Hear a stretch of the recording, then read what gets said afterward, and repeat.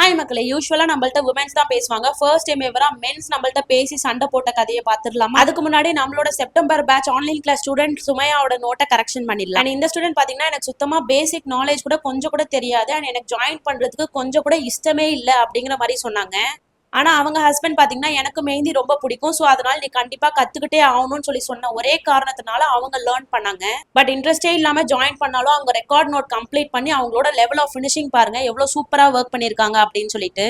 And நீங்களும் இந்த மாதிரி ப்ரொஃபஷனலா லேர்ன் பண்ணணும்னு நினைச்சீங்கன்னா நம்மளோட next batch online and offline class November 18th இருந்து ஸ்டார்ட் ஆகுது.